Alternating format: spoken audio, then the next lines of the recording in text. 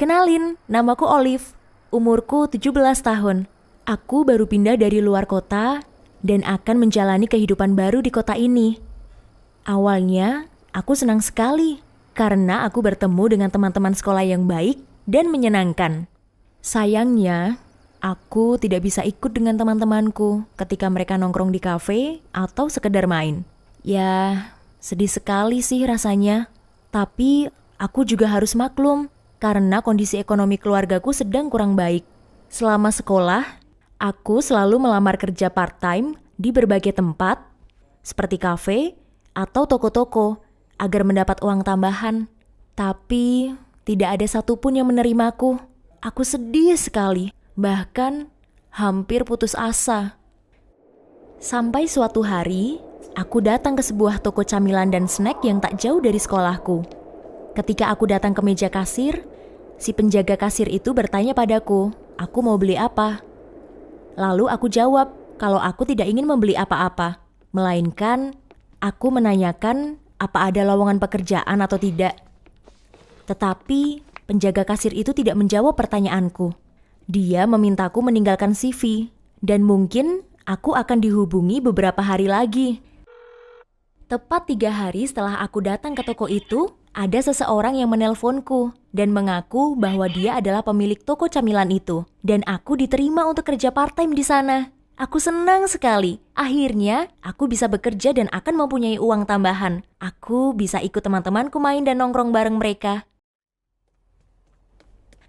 Pada awalnya aku senang, karena aku di-training untuk kerja di toko itu. Aku belajar memasak berbagai snack, membungkusnya, mencuci piring, menata rak, mengoperasikan mesin kasir, melayani pembeli, dan lain-lain. Sampai pada akhirnya, ada sesuatu yang menurutku tidak beres. Setiap kali aku bekerja dan aku melakukan kesalahan sedikit, bosku langsung menampar bagian belakang tubuhku. Bahkan, dia tidak segan-segan untuk teriak di hadapanku. Bosku bilang kepadaku, "Makanya, kamu itu kerja yang benar. Jangan bikin kesalahan. Ini akibatnya kalau kamu bikin ulah." Aku merasa aneh, tapi mencoba menganggapnya hal yang biasa karena aku belum pernah kerja sebelumnya. Suatu hari, saat aku sedang bekerja, aku melihat bosku duduk di pojokan. Kemudian saat toko sepi memasuki jam tutup, bosku kembali memukulku. Aku tidak tahu apakah separah itukah kesalahan yang aku perbuat. Setiap hari, aku selalu berusaha melaksanakan pekerjaanku dengan baik dan sesuai prosedur. Aku tidak paham di mana letak kesalahanku. Hampir setiap hari bosku memukulku di bagian belakang. Aku menahan tangis dan tidak bisa berbuat apa-apa. Setiap aku pulang ke rumah, aku selalu mengurung diri di kamar. Aku menangis, merasa bodoh, sia-sia, dan aku tidak bisa menjelaskan betapa berantakannya perasaanku waktu itu. Beberapa bulan kemudian, bosku sudah jarang memukulku lagi. Tapi aku tetap merasa ketakutan setiap bekerja. Bahkan di sekolah, aku sangat jarang berbicara dengan siapapun. Aku menjadi sangat takut jika aku melakukan kesalahan. Aku menjadi sensitif. Setiap ada teman yang memegangku, walaupun hanya memegang tanganku, aku selalu teriak dan latah mengatakan, "Jangan sentuh aku." Melihat itu, tentunya teman-temanku sangat bingung dan bertanya kepadaku, "Ada apa? Apa yang terjadi denganku?" Aku ingin cerita ke mereka, tapi tidak bisa. Aku tidak ingin mengatakan bahwa aku ingin keluar dari pekerjaanku itu. Apa kata teman-temanku nanti kalau mereka tahu bahwa aku mengundurkan diri? Rasanya payah sekali diriku kalau sampai seperti itu. Aku kembali bekerja seperti biasa. Ketika aku sedang mencuci piring, tiba-tiba bosku datang dari belakang dan memelukku. Dia merangkulkan tangannya ke tubuhku dengan erat sekali sampai aku tidak bisa bergerak. Aku tidak tahu lagi cobaan apa yang menghampiriku. Aku tidak bisa berkata apa-apa. Aku bahkan bisa merasakan tangan bosku semakin... ya gitulah, kalian pasti tahu maksudku. Selain memukul tubuh bagian belakangku, bosku juga malah memainkan tangannya ke bagian yang... yaitu. Aku langsung teriak dan berkata, "Apa-apaan ini? Lepasin aku!" Bosku tidak merespon apapun. Dia justru bertindak semakin liar dan aku hanya bisa menangis. Diam dan sangat susah sekali untuk melawan. Aku teriak sekali lagi, "Hentikan! Aku tidak mau! Lepasin aku!" Aku sudah tidak tahan lagi. Aku merasa sangat kesakitan diperlakukan seperti ini oleh bosku. Aku menendang tubuh bosku sampai dia terjatuh. Aku tidak peduli. Aku langsung lari keluar dari toko dan pulang walaupun belum waktunya pulang. Aku menangis sepanjang perjalanan. Kenapa hal ini harus terjadi padaku? Setelah kejadian pada malam itu, bosku sudah tidak pernah melakukan hal aneh lagi kepadaku. Dia sudah tidak pernah menyentuhku lagi. Aku merasa sudah aman saat itu. Karena aku juga menjaga jarak dan selalu bekerja di kasir atau menata makanan di rak saja. Seminggu kemudian, aku ditelepon oleh bosku. Aku diminta untuk datang lebih awal untuk membersihkan rak makanan yang ada di lantai 2. Aku tidak mau pergi ke sana lagi. Aku rasanya masih sangat takut. Apalagi aku disuruh datang lebih awal, yang artinya hanya akan ada aku dan bosku saja di toko itu. Aku tidak ingin pergi, tetapi ibuku menyuruhku pergi. Ibuku bilang bahwa aku harus bertanggung jawab dengan pekerjaanku. Aku ingin sekali menceritakan pada ibuku tentang kejadian beberapa waktu lalu. Tapi aku takut ibuku tidak percaya dan hanya menganggap alasan supaya aku tidak perlu ke sana lagi. Dan aku tidak bisa menolak. Ibuku terus menyuruhku datang untuk bekerja. Akhirnya, aku memberanikan diri untuk datang ke toko lebih awal sesuai permintaan bosku. Bagaimanapun juga, dia adalah pemilik toko itu, dan aku harus bekerja sesuai perintahnya. Saat aku sampai di toko, semua kurasa baik-baik saja, karena aku tidak pernah dekat-dekat dengan bosku. Bahkan, aku tidak bicara apapun ke dia. Sampai akhirnya, aku diminta untuk membersihkan rak makanan di lantai 2. Sesampainya di lantai 2, terlihat rak di sana tinggi-tinggi, dan aku harus menggunakan tangga bantuan untuk membersihkannya.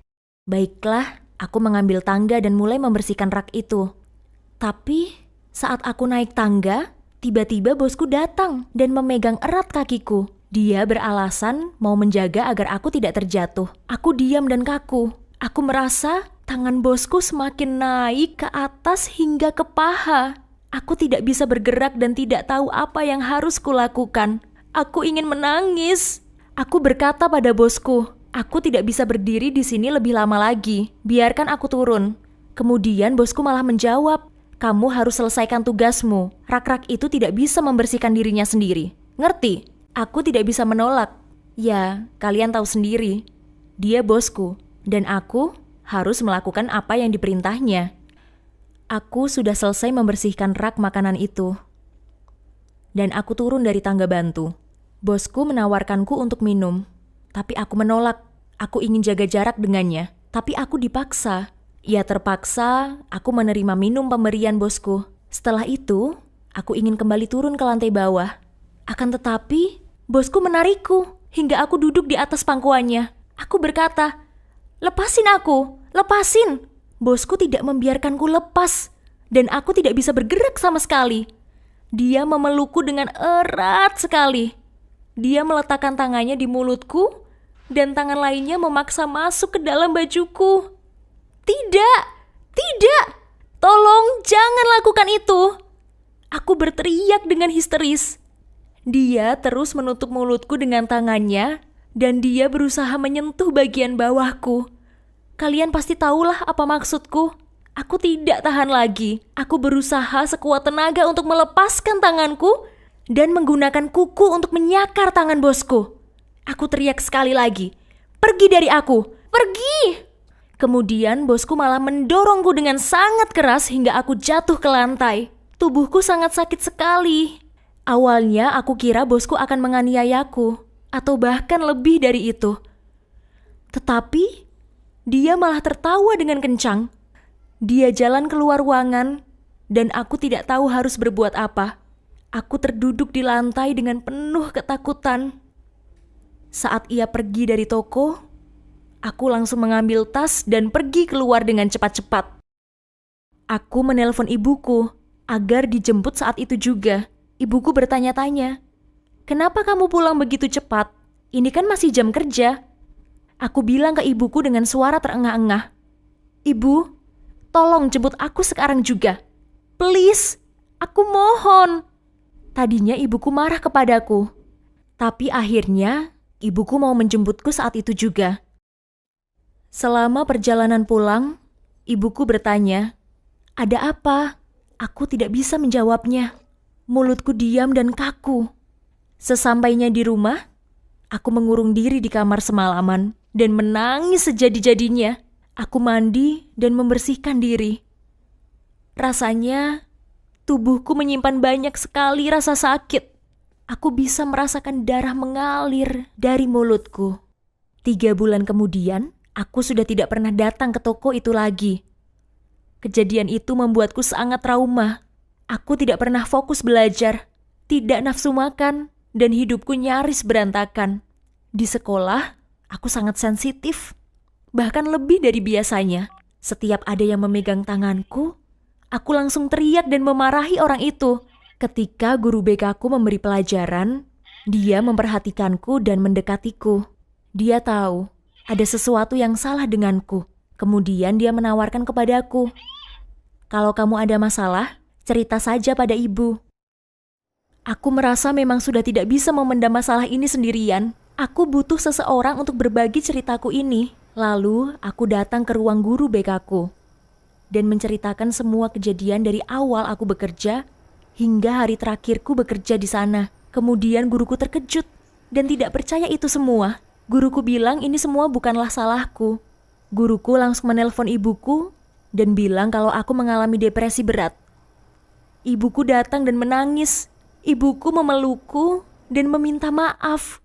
Selama ini tidak pernah memperhatikan aku sejauh itu. Setelah beberapa minggu menjalani terapi dengan guru BK ku, aku merasa lebih baik. Aku sudah tidak takut lagi bila ada orang yang menyentuh tanganku. Sekarang aku mulai kembali berkumpul bersama teman-temanku, menjalani sekolah dengan normal, dan sesekali aku jalan-jalan ke mall agar tidak stres. Akan tetapi, trauma itu tidak bisa hilang begitu saja. Kalau ada orang yang wajahnya mirip dengan bosku, aku kembali teringat kejadian itu. Tapi aku mencoba bangkit dan tidak pernah sekalipun datang atau lewat toko itu lagi. Guru BK ku bilang memang butuh waktu yang lama agar bisa kembali seperti semula sebelum kejadian. Akhirnya, aku sekarang menjalani hidup layaknya anak sekolah lainnya. Baiklah, kurasa sudah cukup ceritaku kali ini. Apa yang akan kalian lakukan kalau jadi aku? Oh iya, makasih kalian udah mau dengerin ceritaku. Jangan lupa like dan subscribe ya.